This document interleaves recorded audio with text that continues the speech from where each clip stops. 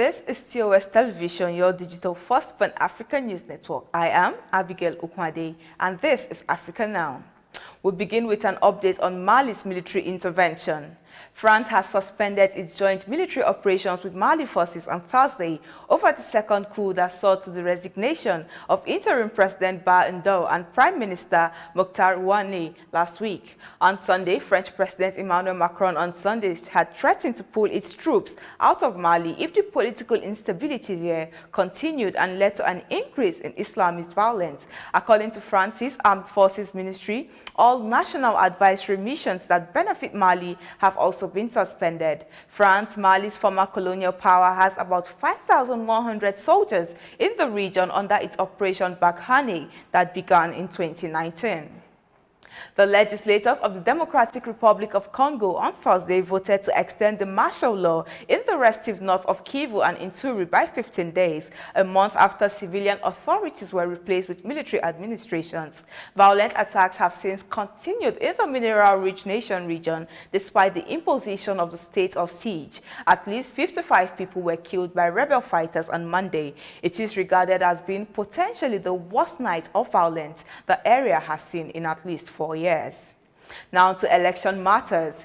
Due to the rise in COVID-19 cases in Zambia, the Electoral Commission on Thursday banned all mass political rallies ahead of the August 12 elections, but not campaigns. Head of the Electoral Commission, Patrick Inchindano, told reporters that the move came after a recommendation from a technical working group. According to the Ministry of Health, the country recorded 825 cases out of 10,000 tests and 4 deaths on Thursday.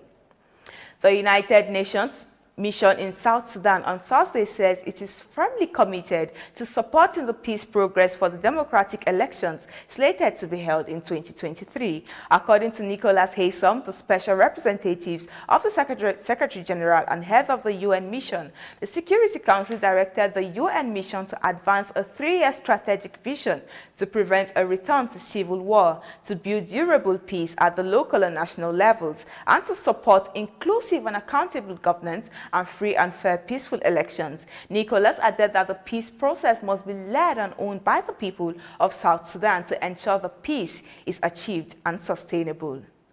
Now to Libya and Algeria bilateral relations. 7 years after the closure of Spain's embassy in Tripoli, Spanish Prime Minister Pedro Sanchez, on a visit to Tripoli on Thursday, disclosed that the two sides agreed to reopen Spain's embassy in Libya's capital city. France and Greece agreed in recent months had also announced the reopening of their embassies in the country. These developments come after Libya lost out on many bilateral relations with other nations due to a 2011 NATO-backed uprising that saw to the end of dictator Muammar Gaddafi's reign. The Spanish Prime Minister at a press conference made known of Spain's support for Libya's political process. This is your digital first Pan-African news network, TOS Television. You are watching Africa Now. We move to business after the break, so stay tuned.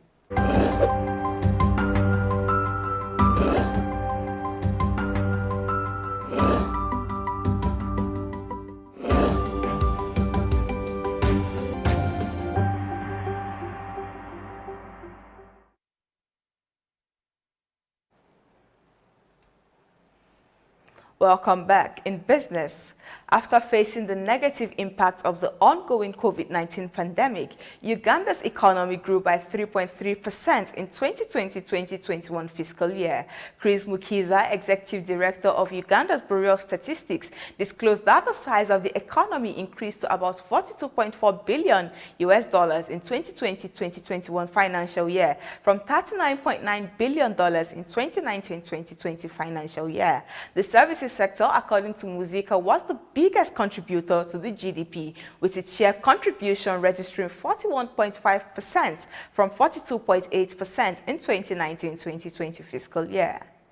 According to a report by the World Bank and NOMAD, diaspora remittances to sub-Saharan Africa declined to $42 billion in 2020 from $48 billion in 2019, a 12.5% drop in the face of the COVID-19 pandemic. The decline, according to the report, was mainly caused by movement restrictions introduced in most countries around the world and a rise in unemployment in the main host countries.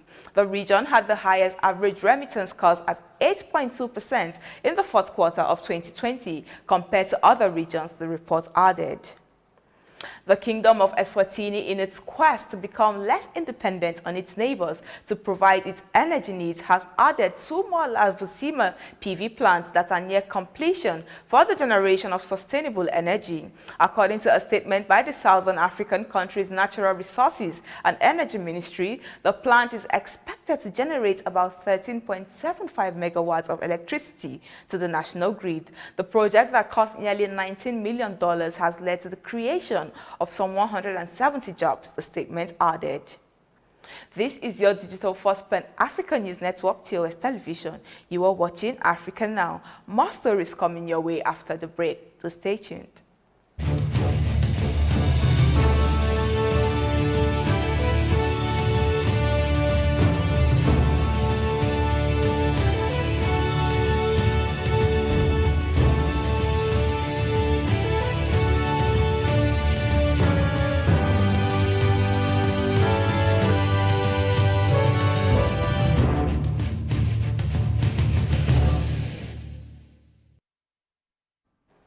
Thank you for staying with us. Zed Ngaviru, Namibia's chief negotiator, says the acceptance of Germany's compensation deal for its role in the 1904 genocide is not about the monetary value but the restoration of their dignity. Last week, Germany had apologized and recognized its role in the massacre that left hundreds of thousands of the Herero and Nama people combined dead. The chief negotiator in an interview says the country will go ahead with the 1.1 billion euro deal despite its rejection by some Herero and Nama leaders in the Council of Chiefs.